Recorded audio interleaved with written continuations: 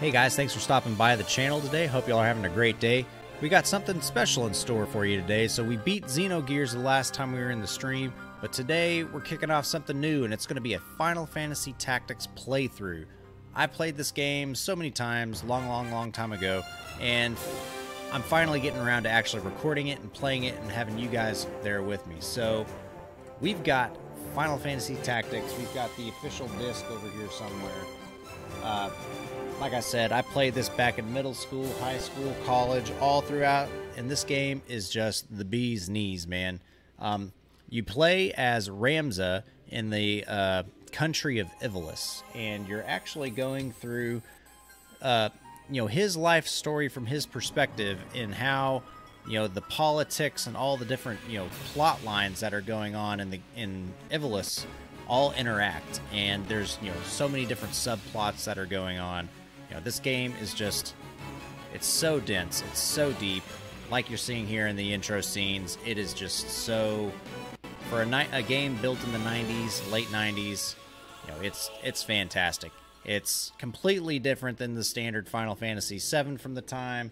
It's really trying to push the envelope when it comes to, how to tell a story, as well as, just standard RPG mechanics. So we're going to be doing this Let's Play. We're probably going to be doing it for several weeks.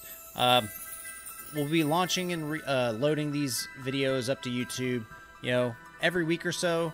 Probably not every other week because, I want to get this out here so y'all can watch it.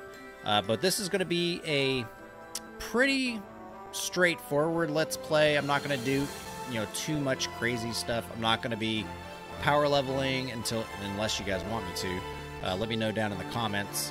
But we're just going to do a straight playthrough. I'm not going to do too much grinding outside of the game. We might do some grinding inside of the boss fights just to, give us a little buffer. But we'll talk about all that mechanics as we go through the game.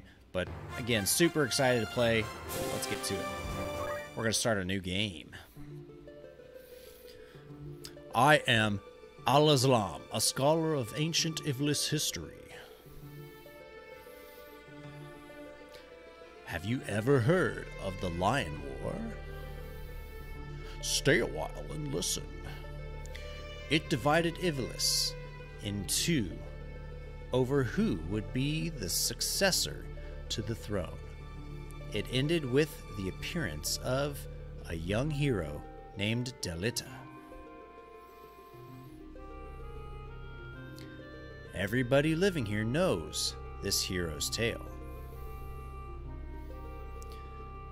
But we also know that what we see with our eyes alone isn't necessarily the truth. Here's a young man. He is the youngest son of the noble Bolovs. How do you say that name? Balovs? Pillars of knighthood. Somebody messaged me. There's no record of his playing an active part in history, but according to the Dure report, released last year, concealed for many years by the church, this unknown man is the true hero. The church claims he was a blasphemer and an anarchist, the root of all evil. But is this the truth? Won't you join me on a journey for the truth? Before that, please tell me your name and birthday. Alright, so here we go. Are we going to be Ramza, or are we going to be somebody else? Chat, let me know. So Ramza Balov is his real name. Usually I go with other names, but I think if we're going to stick with a classic Let's Play, I think we got to stick with Ramza. So if we have no objections in chat, we're going to just keep going.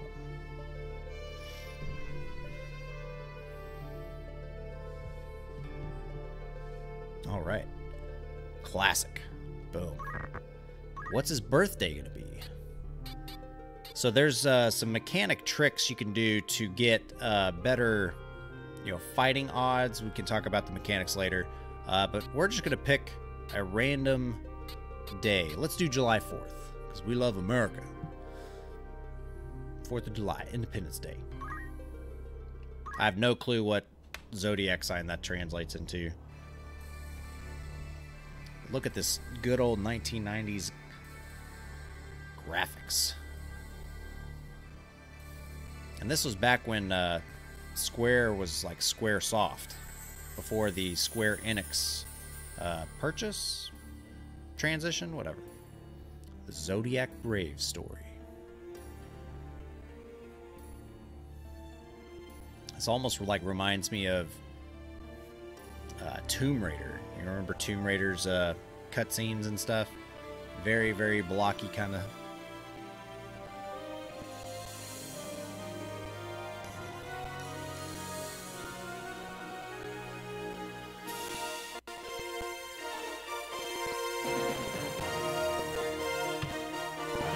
I love that music. This musical score is great.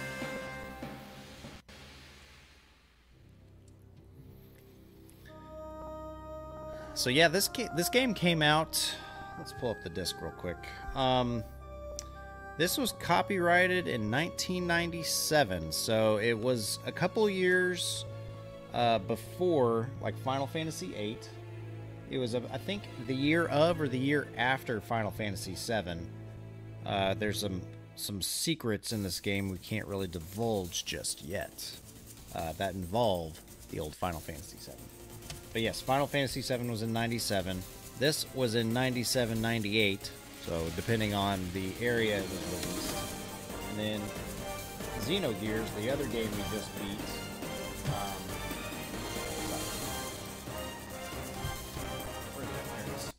Xenogears was copyrighted in 98. So this was back in the Squaresoft golden days. Golden ages. Golden age of Squaresoft. Yeah, I think Final Fantasy VIII. That was copyrighted in 99. So we in a matter of 2 years, we went from Final Fantasy VII, Final Fantasy Tactics, Xenogears. There's a couple other Squaresoft games we got as well. But it's just crazy how things changed so fast in those days. So we got a knight. Ooh, looks like a what? Is that a church? Hironobu Sakaguchi. Sakaguchi.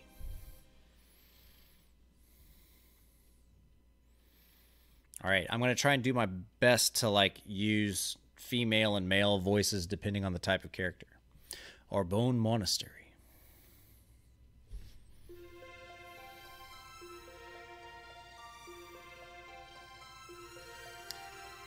God, please help us, sinful children of Ivalice.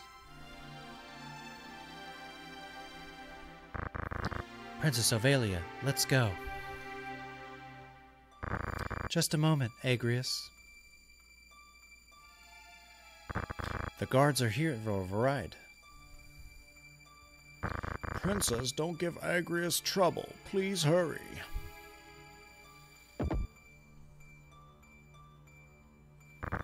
What's going on? It's been nearly an hour. Don't be rude to Princess Gafgarion. Is this going to be all right, Agrias? This is an urgent issue for us. So there are rude knaves even amongst the Hokuton. I'm being more than kind to guard the captains here. Besides, we're mercenaries hired by the Hokuton. I'm not obliged to show respect to you. What? How dare you? Enough, let's go.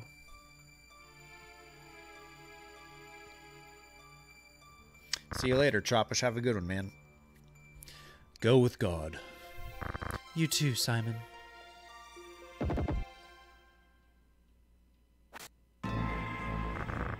Lady Agrias, the enemy. Princess Princess Katana's been? My voices are bad. What must one do to make money? What, Ramza, you have a problem too? I'm no longer a knight, just a mercenary like you. That's right. Well then, let's go.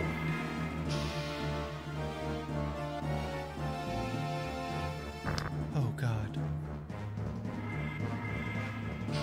Yeah, Trappish, good luck, dude. Have a good day at school tomorrow, man.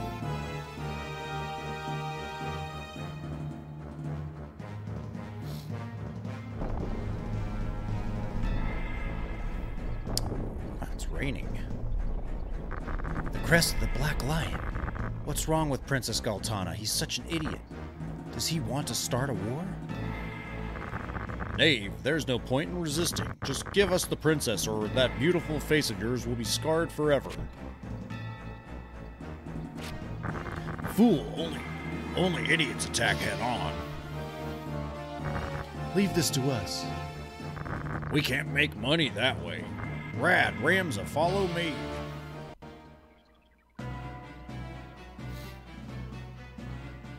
Conditions for winning. Defeat all enemies. Ready. Alright, cool. So this is kind of like a tutorial fight. I only get to control Ramza in this fight, and everyone else is guests and AI. So it's kind of getting us a chance to learn the mechanics, learn how to like move the characters and whatnot. So yeah, this will be a pretty pushover fight. I don't think you can... No, you can lose, I think. Like if Ramza like dies, yeah, you can lose. So hopefully we don't do that. Kill them all. Well, don't leave any survivors. Nonsense. There's no need to kill them. That's just what Galtana wants us to do. Just let them go. That's impossible. Alright, Gafgarion, the Dark Knight, whose primary attack is the Night Sword. Master of all swords, cut energy Night Sword. I'm not going to read that all the time. Probably one of the more OP moves at the beginning of the game. Alright, so Ramza.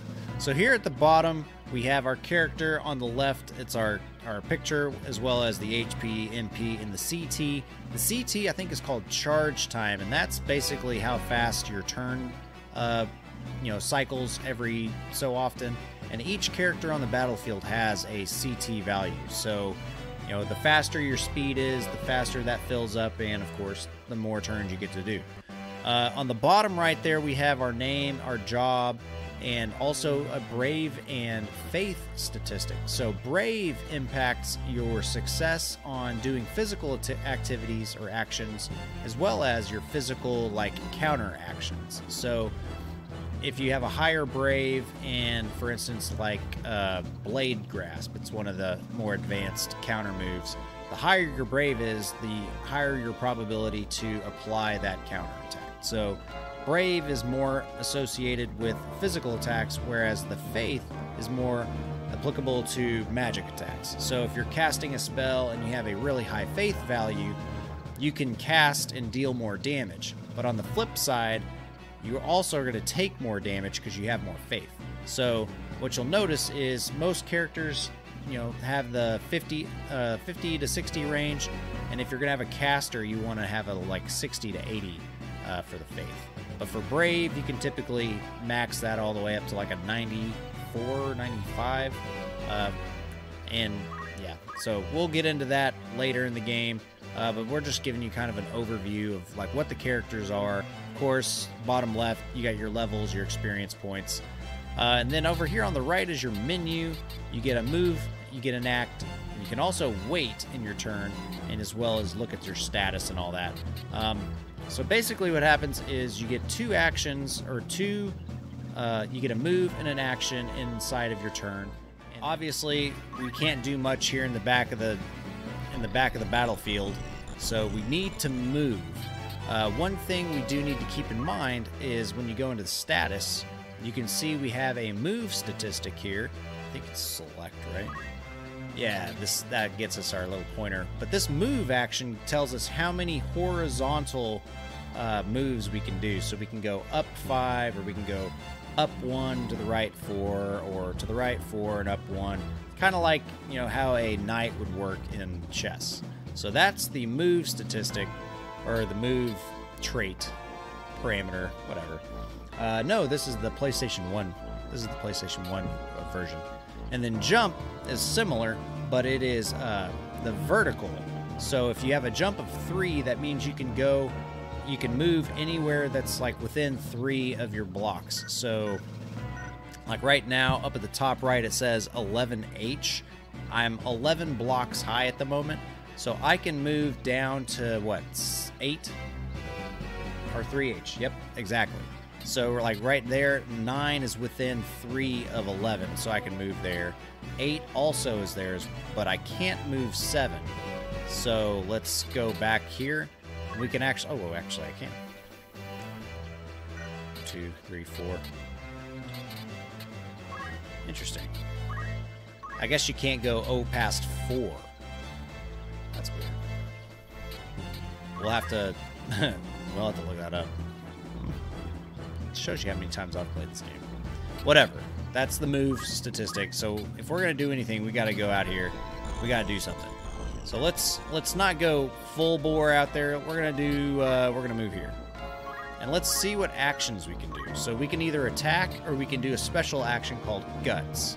And ooh, we actually got a couple good ones. So dash is kind of a short-range melee attack that has a probability of actually pushing units back, which is kind of useful.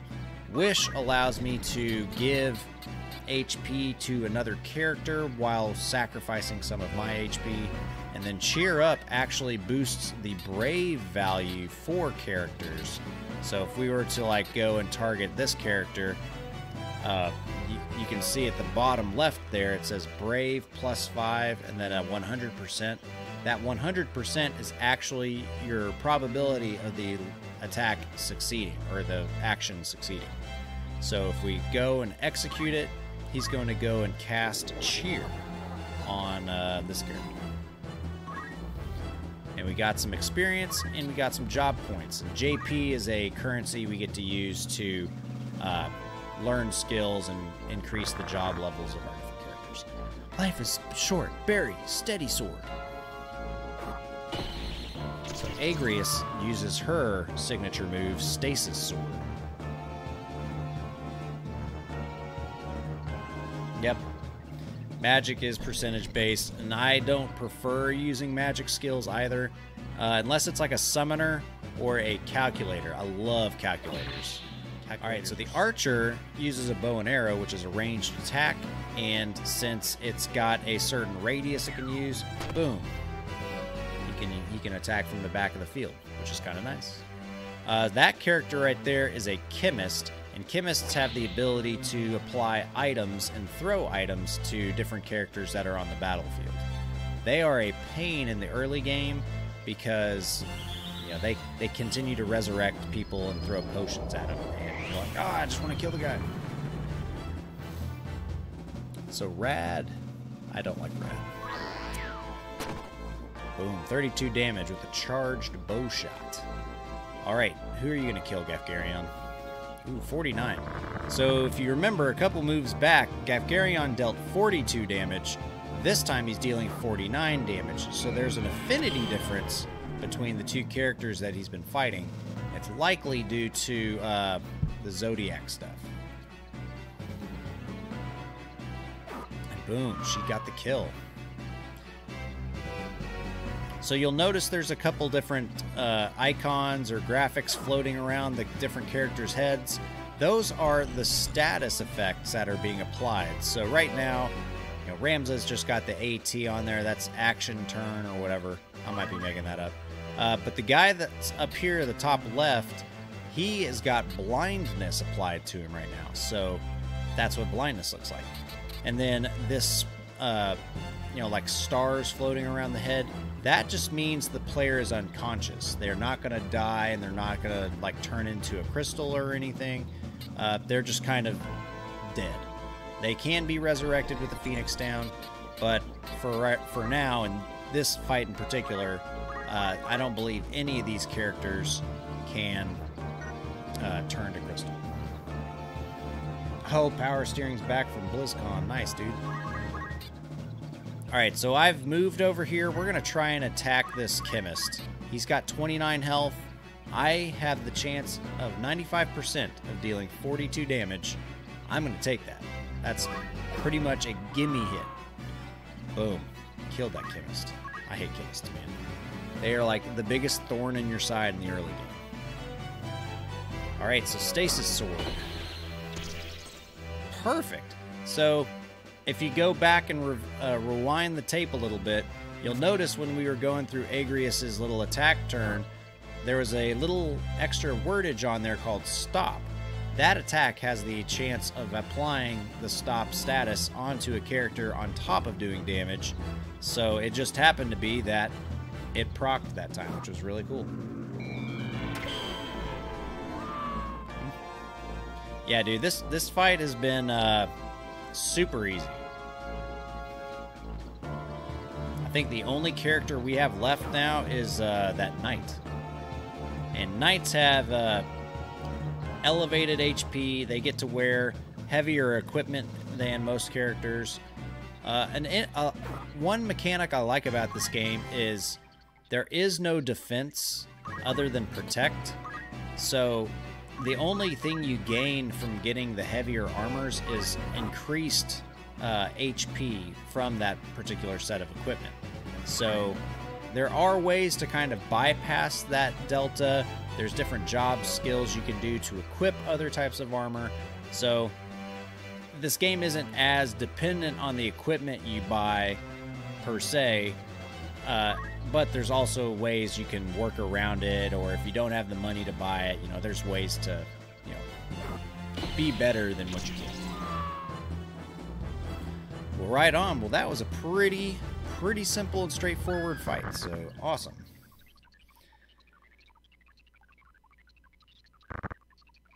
No, I'm not going to use the JP glitch. I don't like to cheat in games. I do grind quite a bit, though, using the accumulate grind a bit. Come here, be quiet. Why should I listen to you? What annoying princess. Just punched her straight in the gut. Wait. Tough, don't blame us. Blame yourself for God. Oh, God. Yep. Falcon punch. Delita, you're alive? You're alive, Delita. But why are you in all Galtana's troops? Why? Alright, guys, so that's going to be our first episode for our Let's Play. I think we did a pretty good job. We learned some of the mechanics and all that. I hope you guys can stick around for the rest of this series. I don't know how we're going to split it up in the future, but we got some other stuff to look at here. So thanks for watching. See you next time.